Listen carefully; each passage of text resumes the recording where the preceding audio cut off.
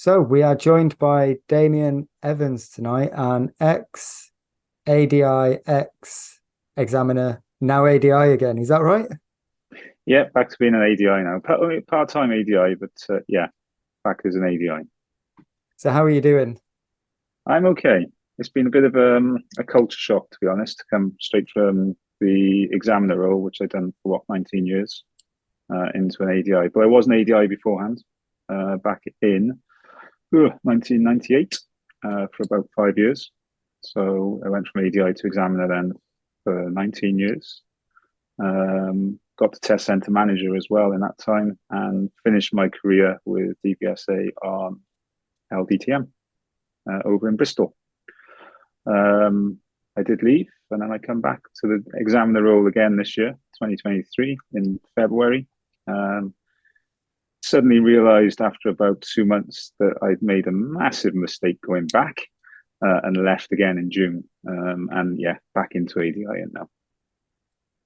So what made you initially, we'll go back to the beginning. So you was an ADI for about 5 years and then went to be an examiner. What made you make that change initially? It seemed the natural progression at the time to go Okay. from ADI to examiner. Um, to be honest, I had a young child. She's 22 now, 23, I think, 22, 22. So basically, as an ADI, I wasn't seeing her. I was working 12-hour days, and wasn't putting her to bed. Wanted to see her in the morning, and something had to change somewhere. The examiner role come up, and we went to a hotel down in Swansea, I think it was, to have a chat with the examiners down there and some of the bosses of DVSA who were promoting DVSA to try and get staff in, a bit like they are now, really. And luckily, I got through. So started my career in 2003 as an examiner. The reasons I went for it at that time, like I said, it was so I could see my child more often, better work-life balance, um, and obviously all the perks of being employed by the civil service. So how did you find your career as an examiner then? Because you've spent quite a lot of time, 19 years as an examiner. How was that? I must admit I enjoyed it. I started off in a little place called Newport in South Wales. It's not this a city now. And then I went up to Cwmbran and then down into Cardiff. So I've done quite a few different test centres. But round about 2005, so I'd only been in 2 years and we were being sent all over the country. So I spent a lot of time in Slough, working down in Slough, Swindon. I'd done about 4 or 5 weeks in Swindon. Um, we went all over the place. So it was great from um, that perspective. And we were getting a lot of money at that time to do that. Um, that dried up a little bit, and I ended up in Newport full time. And I ended up staying there then for 12 years in Newport. And again, they started opening up chances for us to go away. I spent 6 months then down in Norwich. So I'd travel up on a Sunday night and then come back on a Friday. So I'd done that for 6 months. Then I spent, I think it was 6 weeks in Hither Green, which is just south of the river in London, not far from Peckham. And I spent a lot of time in Oxford. So we did a lot of traveling around to do driving tests. It was great. Absolutely loved it. Things started to change then. I don't even know what year it was, but things changed basically when VOSA merged with DSA at the time. And that's when things started to change and things just started to take a turn for the worst. And yeah, I stuck it out then for however many years. And then back 2021, when I left, November, I left the LDTM role over in Bristol because I was traveling back and forth, hour and 20 minutes each way, 2 hours, 40 minutes travel, using my own money, my own car, getting no extra for it. And I just couldn't do it anymore.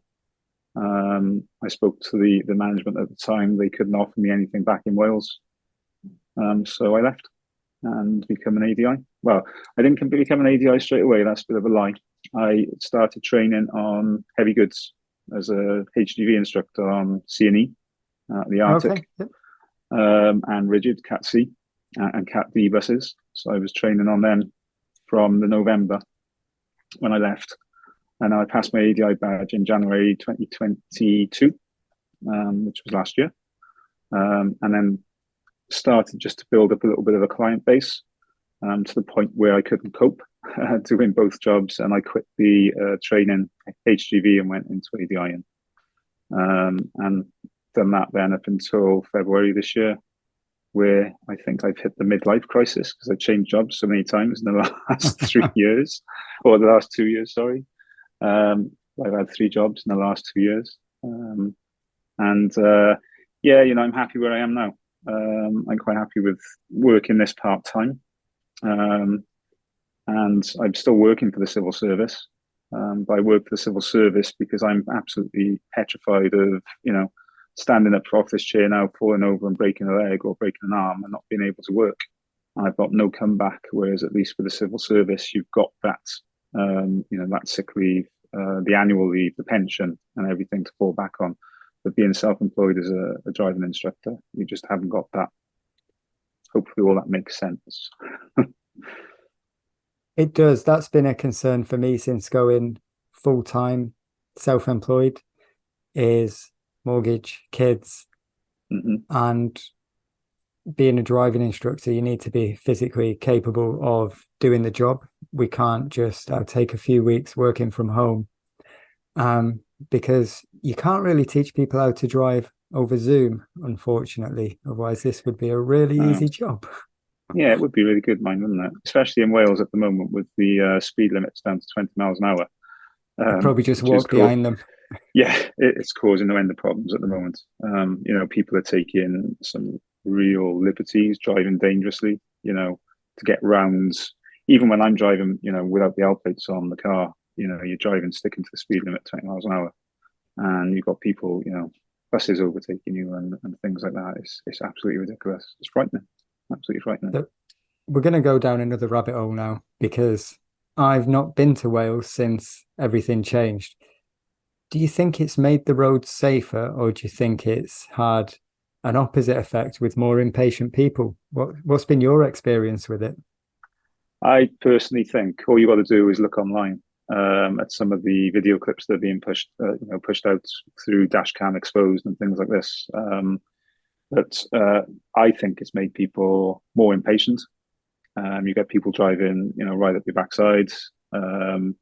I saw a video of just literally 2 minutes from where I live, and a car overtaking really dangerously with an oncoming car, swerved back in front, and swerved back out to overtake the next car that was doing 20 miles an hour before turning left in front of that car.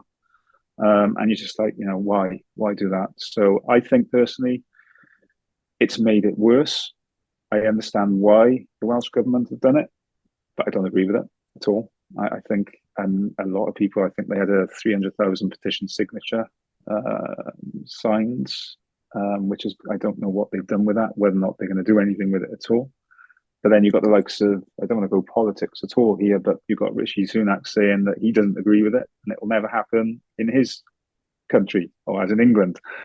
So yeah, it's interesting that why the Welsh government have gone down this road, because they've said it will make the road safer. No, I haven't seen that. On paper, it does. On paper, if we're driving slower, then of course it's going to be safer. But that's on paper. Yeah, it makes me laugh though, because originally it was to save the environment.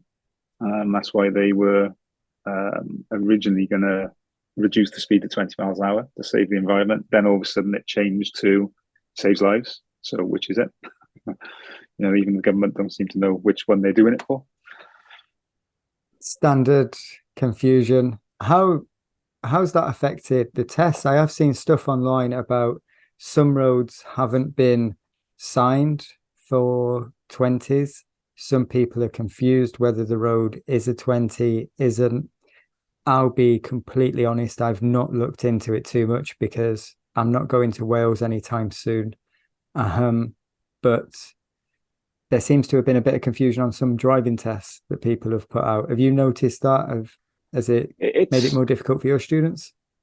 Yeah, I think, even just to where I live now, I'll go on the road out by here and there's 2 big signs saying 30 miles an hour coming past the school. which is what the 20-mile-an-hour was designed not to go past schools. To go past schools at 20 miles an hour. So you literally pull out onto this road that says 30, and with 100 yards, it then says 20 before it goes back up to 30. So you're driving along thinking, well, is it 20? Is it 30? What are we supposed to be following here? And with regards to the driving test, yeah, it's pretty much the same. But from what I'm hearing off other ADIs, is the examiners are being pretty good at the moment. They're being, I wouldn't say they're being lenient, but they are giving a little bit of advice. If the student starts going up to 30 miles an hour, because it used to be a 30 road, they are being a little bit sort of lenient, I suppose, in a way, by saying, just to remind you, this is a 20-mile-an-hour speed limit, and not necessarily marking it. But then perhaps if they do it again, then obviously they would go down that road of marking it at that point. It's a bit of a rabbit hole to go down, hearing of the law changes down in Wales. I am sure there's a lot more to it, and we're not going to discuss it anymore tonight, because that would be a waste of having an examiner on the show who can share some experience rather than worrying about what the politicians are up to next. So on that, your experience as an examiner and transitioning to an ADI and what you're doing now with the teaching, definitely interested in.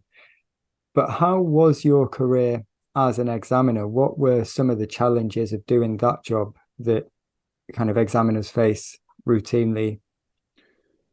I think you've only got to look at what's been put up on Facebook in the last couple of days with regards to an examiner. Is it Brentwood way? I think it might be Brentwood. I might be totally wrong. I'd have to research that. But there was a picture put up of an examiner who'd been badly beaten, had his jaw broken in 2 places, and a broken nose. You may have seen that. Yes. Yourself. Yeah, I don't know him. I've seen it. No, it's across across social media. So that alone is one of the challenges. We used to get, I wouldn't say we got abused, but you would get name calls and things like that, which you've got to deal with on a daily basis. It wasn't so much that. In all the times I was an examiner, I don't think anybody was ever to that point where they were aggressive towards me, as in I feared for my safety. So that's one of the challenges, is how people react to you. One of the other challenges, I'm probably going to upset a few people here, is bringing up candidates who aren't ready for test. Now, that can be applied across the board with a lot of ADIs. It's just, it was one of the things you sort of recognize certain ADIs who turned up in the waiting room, and you'd be, going out thinking, oh, this one's going to cause me a problem, and that was just a regular occurrence. And then you've got other ones who turn up with mum and dad, and they can often be 10 times worse, with no experience whatsoever, can't even get out the car park for stalling. Then you've got language barriers, that they can cause problems with the language barrier because they don't understand. And of course, DVSA done away with interpreters going back quite a few years ago. So they can't have that anymore. So yeah, there's quite a lot of different challenges as an examiner, but I would say 90% of the time it was a decent job, to go out and do a test, and you were either making somebody's day or spoiling it for them effectively. But you were spoiling it, and that was through no fault of the examiner.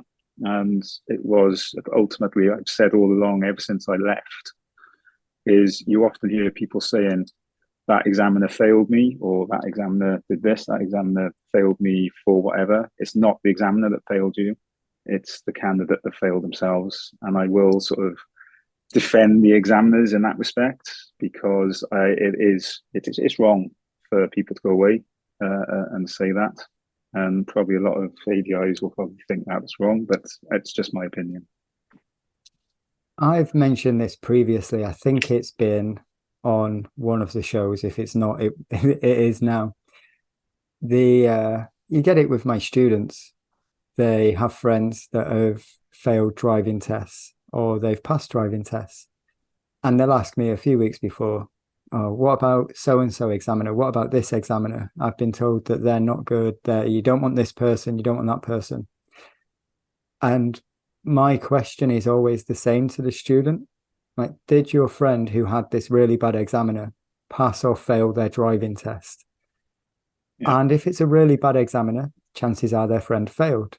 And I'm like, that's why. Like, if you tell me that it's a really bad examiner and your friend passed with them, then maybe there's some merit in it. But Yeah. just because your friend failed doesn't make them a bad examiner. Your friend failed, and we can discuss why if you can tell me what the faults were.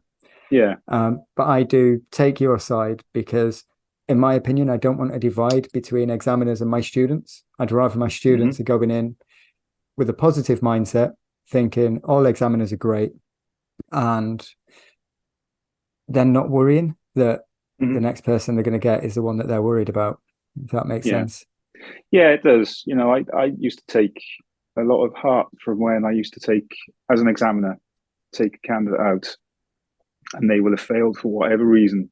Okay, got back and you'd explain to them why they hadn't failed. And the number of times that they would shake my hand and say, thank you. I hope I have you again.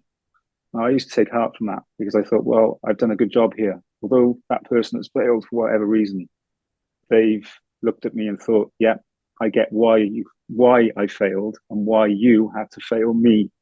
And that was part of the job that I actually quite enjoyed, as well as obviously them passing, but knowing that they wanted the same examiner when they come back. And hopefully that all does make sense. And I haven't confused that a little bit there. But yeah, it was nice when they used to say that. So you used to create an environment that they enjoyed on test, Yes. or at least tried to from your point of view. Yeah, I always, I've got young children. Well, they're not so young now. My oldest is 22, as I said earlier. She might be 23, I can't remember. And I've got my 17-year-old. Well, he's 18 now, actually. And he passed his test. I'm terrible with ages. He passed his test last year. I've got a 16-year-old who's going to start driving with me next year. And I always look at it as, when I was an examiner, was how do I want to treat them? How would I want them treated? So when I used to get in that car with a 17-year-old, I would treat them as if they were my children. Does that make sense? Yeah. Yep. So I wouldn't be, this is a horrible thing to say, but I wouldn't be horrible to them. I wouldn't talk down to them. I would talk at their level or how they wanted me to talk to them. So you adapt how you are with them. And I'm not saying all examiners do that. Okay, I'm really not. But that's the way I used to work. That's a nice approach to it. And that's probably where there is sometimes people, I didn't like that examiner. They might have failed, but just sometimes maybe personalities have not lined up, and they've almost blamed the examiner for their fail. But I think that was, like you've said, sorry. It's go on. Sorry. I was going to say, I think that was one of the questions, wasn't it, with regards to how we should treat. Yes. Do you want me to bring it up? We'll have that one. Yeah, you I've can got do. a couple of Yeah. questions from what you've said, but here we go. It was to do with how we interact, wasn't it, with students? Yes. Why do you feel the DVSA hasn't looked at normalizing the context of the environment that it exposes its customers to on test, i.e., deformalize the experience, change examiners' attitudes and approach to customers, make experience far more comfortable? I think you've just answered that, but if you've got any more to delve into, no, I was going to say, let's go there. That's exactly what I was going to say. I was going to say, well, hopefully that sort of answered that a little bit from what I just said just now. Like I said, I was back in training in February up in Birmingham, and there was people there on the training course with me who'd never been examiners. They hadn't been an ADI, trying to get through the course. And DVSA trainers were really pushing for customer service and to make them feel, welcome in the car. And I sat in the back because I was highly qualified going back into this training. Why they put me back on the course, I will never know. But I sat in the back watching these guys trying to put their sort of own personality into the test. And the DVSA trainers were saying, yeah, that's really good. That's excellent. So I think the DVSA are aware of trying to get the personality across. I remember taking my test back in 1990. So we're talking, 33 years ago. And the examiner literally came out and said, good morning, called my name, walked out to the car. He looked up into the sky and said, it's a nice day, isn't it? And that was it. That's all he said.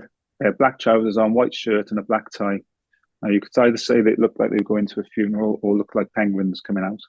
Okay, and a lot of people perhaps on here will remember examiners back then, 30 years ago, and what they were like. They wouldn't speak to you in the car, and they really wouldn't. Now, we were told, to make the candidates feel, what's the word I'm looking for? Make them feel at ease. Open up a question. Don't use closed questions, use open-ended questions. So I always used to open it up, and a lot of examiners will do the same, is what would you normally be doing today? If you sat in the back of a test, you'd probably hear any examiner go, what would you normally be doing today? And I always say to my students, if you don't want to talk to them, just say nothing. What would you be doing today? Nothing. And it'll stop the examiner in his tracks. But if you want to talk to him, open it up. What would you normally do? I'm a student. And then that opens it up for the examiner to, carry on talking. All right, what do you study? So I think the DVSA are trying to make it a better atmosphere within the car. And yeah, you probably have got examiners who maybe do their own thing, as in they don't want to talk. But what can you do about it? Unless you put a complaint in or something along those lines. But, there's not a lot you can do about that. But hopefully the majority of examiners are putting people at ease. I've not had any bad experiences. I've had a few people fail their driving test, but generally I don't have any issues. I think most are approachable, and I've always been willing to have a chat after the test. If I've got any questions on the debrief, I get that it's a quick turnaround for the examiners, so I don't expect an in-depth conversation about it, but I found everyone's willing to give me a little bit of time if it's needed afterwards. So that's interesting that it's been incorporated to the training as well, and I expect it's going to be a bit of time for it to phase through the system as well, and everyone to look to adopt it if there are examiners that maybe don't. But any industry, you're going to have people that buy in, and you're going to have the quieter ones that just get in, do the job, and go home, I expect. Yeah, you do get students who don't want to talk. Over the years, a number of people I took on test, and they'd look at me and go, I don't want you to talk to me. And I'd be like, right, okay, I won't bother then. And you've got to, do what they ask. What I would like to ask, so we've answered one of the questions. We have got a couple more lined up, but something that concerns me a little bit, and you mentioned it earlier, but we didn't speak about it an awful lot, were people that come for their driving test with the parents. Now, I know most of mine that go with the parents are fairly competent drivers because they're in the car a lot more when they've got access to a car. But a concern would be with the new trigger system that's been brought out for ADIs. I expect more ADIs are turning students away and telling them to delay the test. Therefore, students go in private cars without dual controls to take a test when perhaps they're not ready. Is that something that's, or was a concern for you as an examiner when you're getting into cars? Was you seeing an increase in non-dual controlled cars? If that kind of a roundabout gets to a question for you. No, I know it. I get what you're saying. You are getting a lot more people, and I think a lot of it is to do with the cost lessons, across the country. They range in from £30 up to £50 across the country. So I think a lot of parents are probably saying, well, do you know what? I'm going to teach you instead. So they are turning up in their cars. And yes, some of them are dangerous. But as an experienced examiner, within the first sort of 5 to 10 minutes, if that candidate is going to be any good. You can't, don't get me wrong, you can't switch off at all. And you can't, because the minute you switch off is that point where it goes wrong.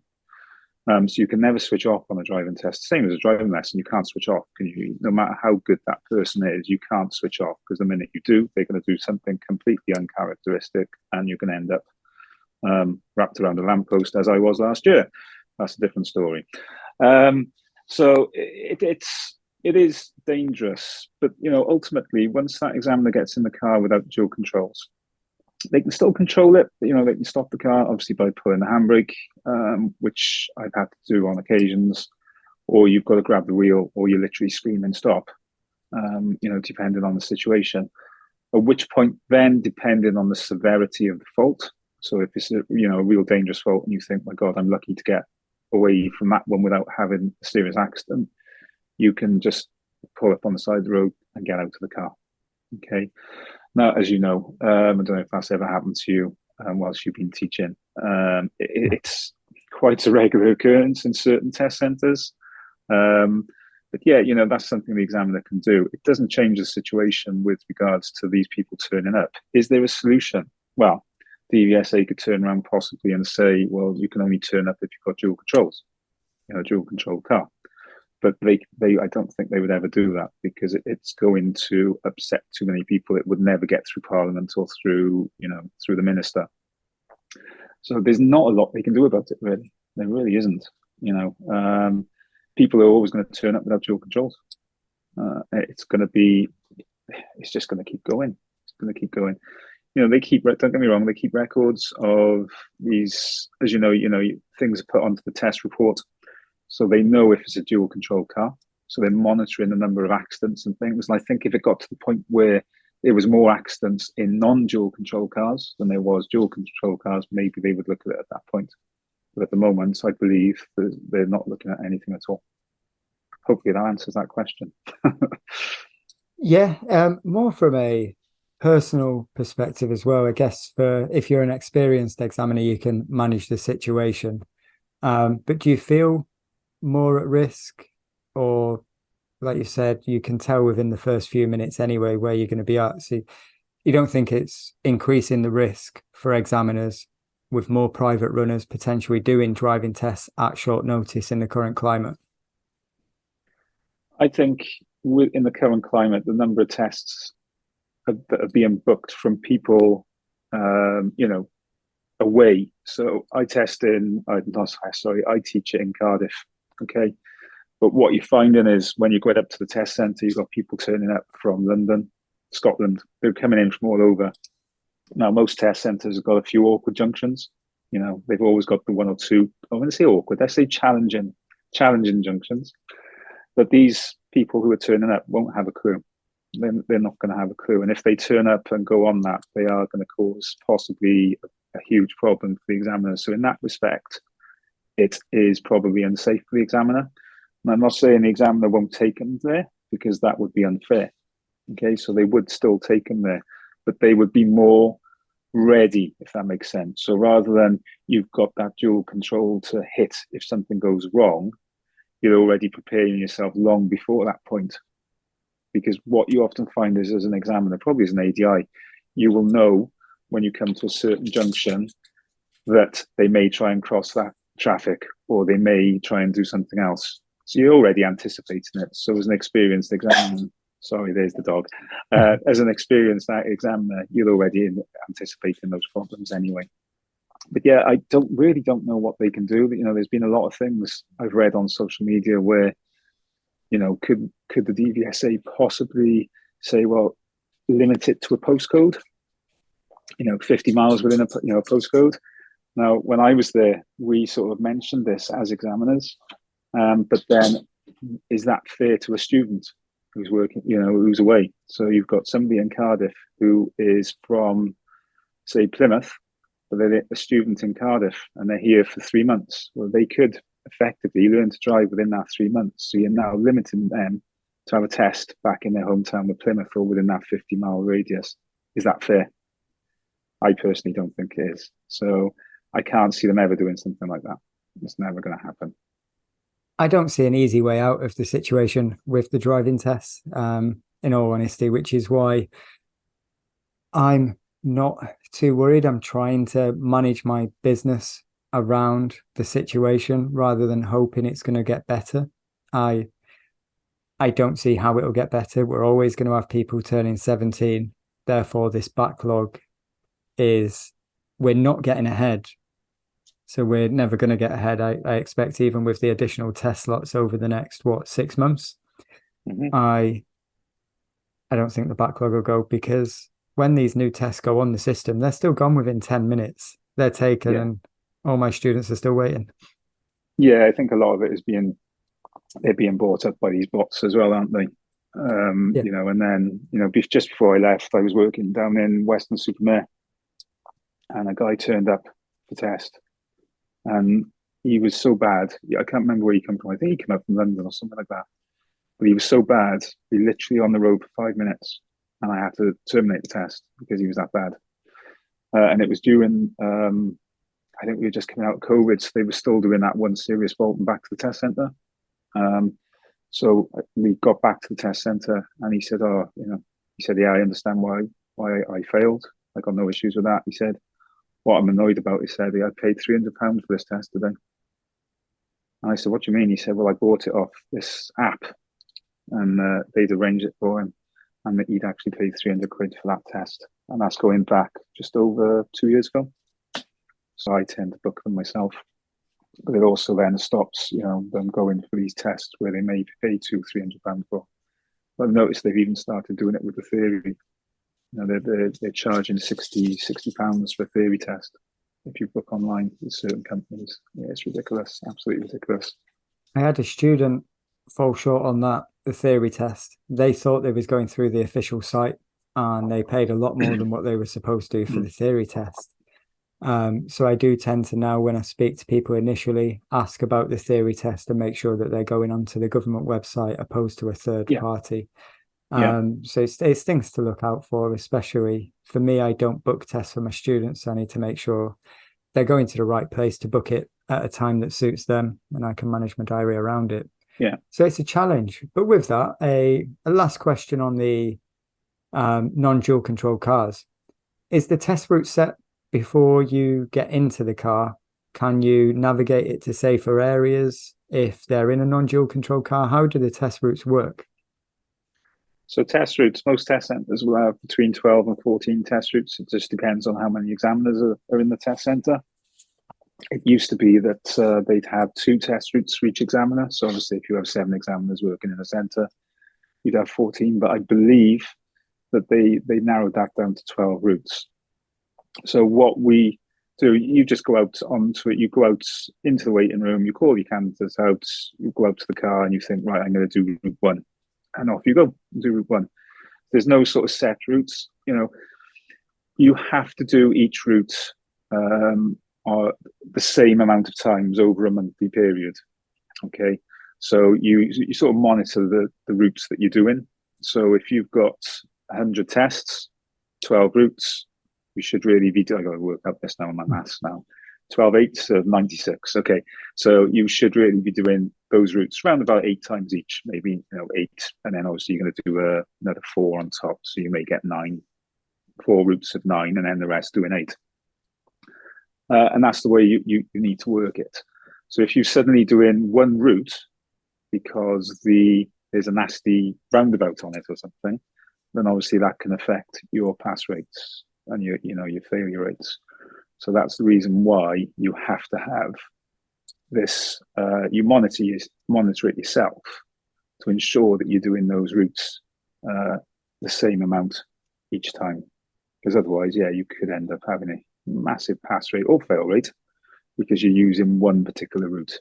And when you first start as an examiner, you only learn 3 or 4 routes, so you are sort of behind everybody else. But then as you progress through your career within the first sort of 5 or 6 weeks, the agency will give those examiners a chance to learn those new routes to get up to the full 12, so that everybody then is doing the full 12 and they're all doing them equally. So answer that.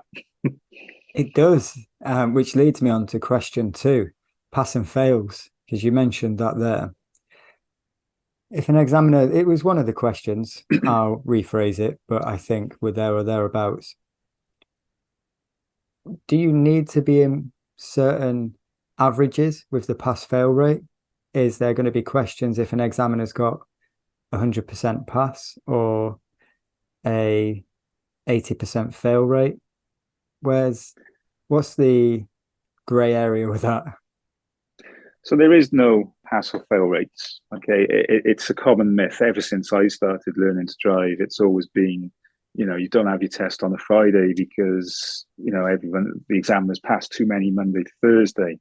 Don't have your test on a Monday morning because they're still hungover from the weekend. Whatever that reason is that you should have your test at certain times of the day of the week, it's all, as I've got a blog out, as we were discussing earlier before we came on, and I put in common myths, and one of those is about the pass rates. Pass rates, yeah, a lot of people won't believe what I'm saying, but they do not work to pass rates, yeah, and they really don't. Um, if I think the question was something along the lines of, if an examiner has 10 passes, will they be pulled up? No, they won't. They won't. Ultimately, if they have 10 fails on the trot, they're not going to be pulled up on that either. Okay. Over a monthly period, what they say is that it should all balance out, or it should even out. If it doesn't, it's not a problem. It doesn't matter. They're not working to those figures at all, or any figures. I say those figures, any figures. They're not working to any at all. It is what it is. And I always say, if you're good enough to pass, you'll pass. Don't get me wrong. Sometimes they will look at things where maybe an examiner has a higher pass rate or a lower pass rate, and there could be one simple answer to that. Okay, is that you look at the test report and you'll find out why something has happened. So it could be, there's a high failure point on a junction, or it could be something as simple as somebody saying one thing and somebody saying something else. Because it does happen. Examiners saying two different things. So there'll be a discussion around that. So everybody is saying the same thing. And then everybody is saying that same thing. So it could be they're coming up to a junction, and it could be, at the roundabout, you're going to go straight ahead, second exit. Now, some examiners might not say that. So straight away, that candidate sort of doesn't know where they're going, sort of thing. So that's where the mistake could happen. So then it's decided within that office group, well, we're all going to say the same thing. So then if that candidate makes the mistake, that's on their fault. Does that make sense? Yeah, so things can be misinterpreted, is what I'm trying to say. So that will be dealt with. So if it's been misinterpreted, it will be dealt with, and it's dealt with very, very quickly. But there is no pass or fail rates, none at all. That makes sense with what you were saying there. So there's a conscious effort for continuity amongst examiners in a test centre around potentially the wording of complex junctions, or potentially if a sign's hidden. I've heard of students being told, we're going to go this way, the sign's hidden, so this is what you would see, something like that. I don't know exactly. It could be on the independent drive, following the signs. I'll just take the M4, for example. Follow the signs for the M4, and that sign could be completely covered by a tree. So, a student might come down there, where's the sign? You can't see it. Another examiner might say, follow the signs for the M4. It is covered by the trees, so you will need to do this. Yeah, so you've got two different versions now of what that examiner's saying. And that's where it's addressed very, very quickly. And it's addressed, and it could be something as simple as an examiner comes back off test, and whether that test is pass or fail, doesn't matter. And they'll say, the sign's covered up on the A48. We can't see. And the LDTM is going to say straight away to every examiner in that room, right, tell them the sign's covered, you need to do this. So straight away, it's put right, immediately put right. So the examiner's not there to fail them. They're really not. I always say, when I'm teaching now, and when I was an examiner, I'd go out into that waiting room as an examiner, and that candidate has passed. All they need to do now is prove to me that they can keep that pass. And I say that to my students now, and I think it works quite well. That's not the first time I've heard that. It's not a phrase that, who was it? I can't remember. I have heard it. And yeah, you start with a pass because there's nothing on the sheet. As long as you don't make them write anything, we're good. Yeah, that's it. Ultimately, if once, like I say, the examiner comes out with that pass certificate in their hand, if you make a mistake, you're chipping at that pass certificate until there's nothing left. So, and that pass certificate's now gone. So it's your responsibility as that learner driver on test to keep that pass certificate clean, effectively, or with the odd couple of chips or driving faults. Yeah, not like I did on my first 2 driving tests, but that's a story for another time. So another question, we've discussed it very briefly, not in what we've been filming so far. But do you think the current training examiners getting disabilities and understanding the relevant coding process is sufficient, or what would you recommend is done for more disability awareness in regards to examiners training? I think So you've got when I that was one written down somewhere. Yeah. yeah, so when I was back up in February this year on training, um, we done, I think it was possibly we watched a video for an hour with regards to the coding of disability tests, and then we had a talk for an hour with regards to it. There's no way you can learn within those couple of hours what is expected of you to put on the coding of the driving test, or sorry, of the on the pass bit. So you're restricting that person. So there's many different restrictions, as you're probably aware, from sort of steering balls to indicators using things on the steering. To I got into a car once, there was no steering wheel. It was done on a joystick. So there's lots of different adaptations that can be made. We watched a video on one occasion where the person could steer the car using their head. So they had two like things coming here, like boards. And if they wanted to steer left, they just move their head like that. And if they wanted to steer right, they'd move their head like that. And that's how they steered the car because they had literally no movement from the way down. It was something like £50,000 worth of adaptations to this car, you know. So it's not that anyone can drive, but then you've got to know what those adaptations are, how it affects that person, and how it overcomes the disability to allow them to drive the car. So what I would do if I was on test and you come across something, you think, well, that's not one of the easier ones where it's just an extended mirror, which you've got to restrict the use. I would go back. I would say to the candidate, congratulations, you passed. I've just got to go back into the office. You have passed, so don't worry. I'm not going to write you a pass certificate just yet, but I want to go back into the office and I'm going to make a phone call to the people who deal with disabilities just to ensure that I'm putting the correct codes onto that test pass certificate. Because if you don't, you could end up restricting them to something that you really don't want to restrict them to. And that's what I used to do. And I believe the majority of examiners, or they should be doing exactly the same.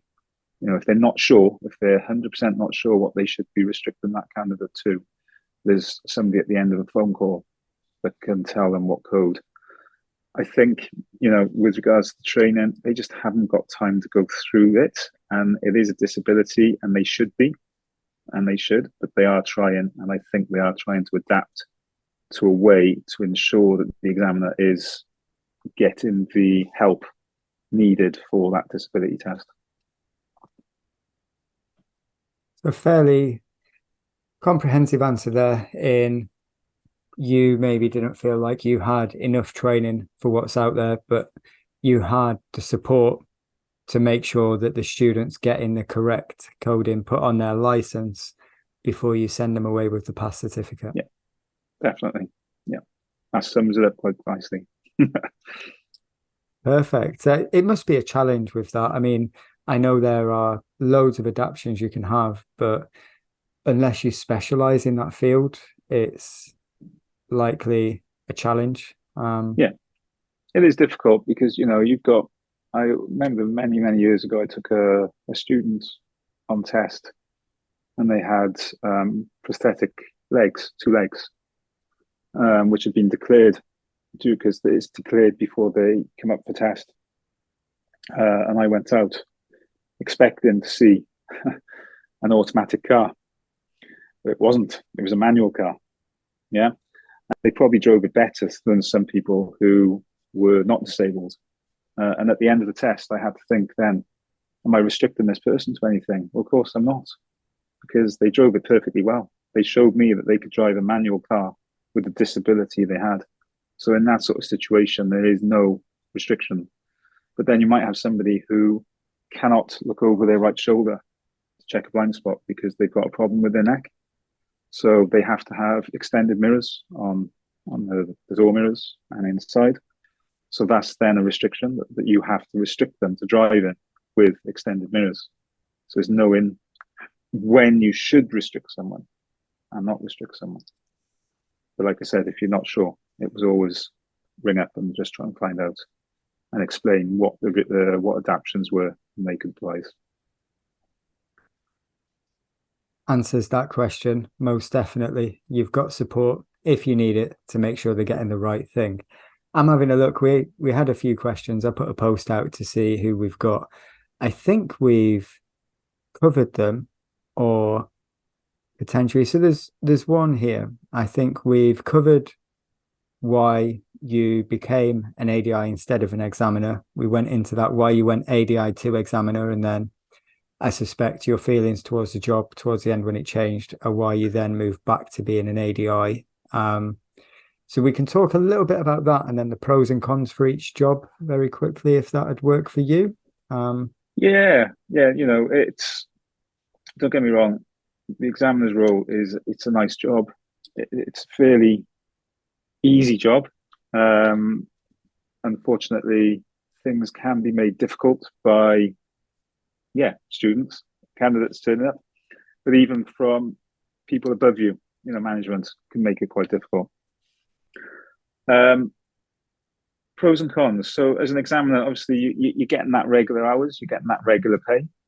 But if you compare that to an ADI's pay, it's nowhere near what an ADI is getting, or the potential earnings of an ADI, depending on how many hours you want to put into it. What I do miss with not being an examiner or being a civil servant is the pension, because the pension that's paid in is around about 27.1%, I think, by the employer. So you're getting a good chunk paid into your pension. Obviously, you get, depending on how long you've been with the civil service, you can get up to 6 weeks annual leave, plus you get all the bank holidays paid. And obviously, if you, like I said earlier, if I stood up off this chair and broke my leg, I'd be off for 6 weeks. You get that sick leave. None of that applies to being self-employed as an ADI. But in saying that, what's the pros of being an ADI? Well, you've got your own hours, haven't you? You're flexible. You can do what you want. You can stay in bed till 10 in the morning. You can get your lessons booked for 10:30, whatever you want to do. Work to whatever time you want to. There is a lot more money involved. Obviously, like I said earlier, across the country, 30 to 50 pounds an hour. What's an examiner's rate? Probably about 14 pounds an hour. So there's a huge difference. I think it's just gone up a little bit now. And just being your own boss, I suppose. You've got nobody telling you what you should and shouldn't do.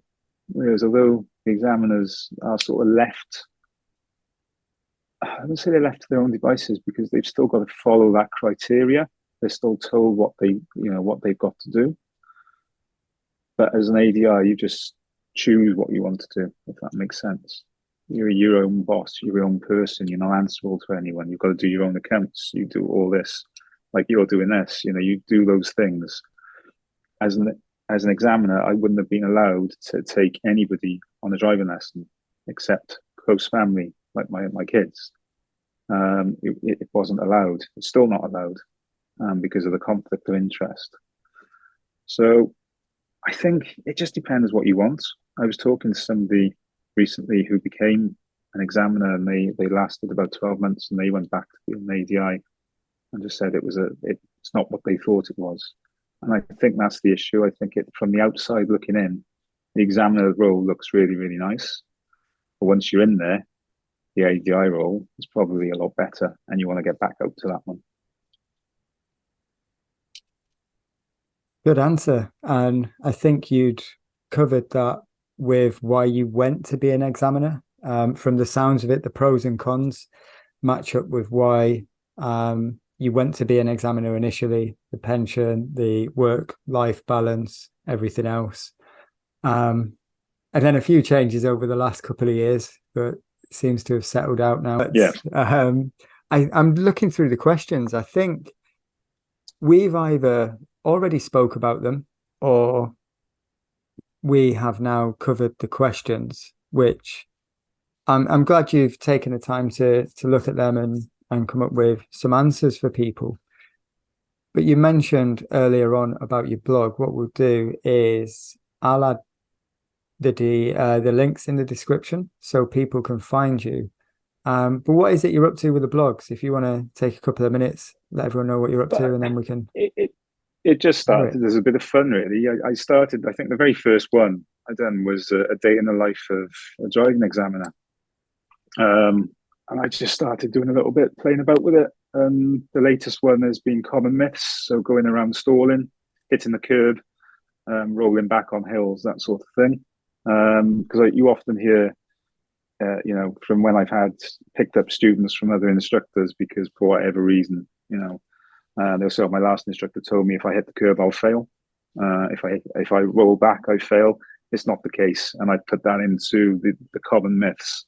And there are more I could do, which I probably will end up doing. The one I'm currently writing is basically around junctions at the moment, and it's to do with what the DVSA sent out going back. I think it was in July this year. They sent out the 10 top failure points, Yep. and the top one was junctions and lack of observation. So I'm currently writing a blog around that and why the lack of observation occurs. And it could be something as simple as, turning left out of a junction that they don't look left, which is a common thing from an examiner's point of view. They spend so much time looking right that they actually forget to look left, at which point you've got, maybe a parked car. And as they come round, they accelerate in their way and you've got to grab the wheel and push them away from the parked car. That is one of the biggest. So I'm writing something around that at the moment. So I'm hoping to get that done now by the weekend. And that will be out this weekend. Yeah, and then I'll work through the other 9 that are listed on the DVSA and maybe add some others in as well. It's good. I did read through them and I delved into the top 10 reasons people fail the driving test. So that's going to be interesting to have a read through when you put that out. And if anyone's got any questions for you, is there anywhere that you'd like to send people if they want to get in touch about anything? So the only thing I've got is Facebook page, which is Carnac Driving School Cymru. Okay, which is you've obviously, if you go into the search and type in Carnac as it's spelled Carnac, it's a place over in France that I love visiting. Hence the reason Carnac. But if it's a play on words, you've got the Carnac to drive. That's what my kids come up with, and that's why we came up with it, the name of the driving school. But yeah, please have a look on there because I put them up on there. Obviously, I'm Damian Evans. You can obviously find me on Facebook as well. Messenger and drop me a message. I've got no problems with anybody contacting me with any questions. Feel free to do so, and I'll answer them to the best I can. Damian, it has been great talking with you tonight. I've really enjoyed it and taken a lot from it. So I'm looking forward to see what you do with the blogs and where it goes. But thank you for taking the time to have a chat with me tonight. I appreciate it. No, that's fine. That's great. Thanks for being gentle with me. We're all on the same team. We want safe drivers on the road. Yeah, exactly.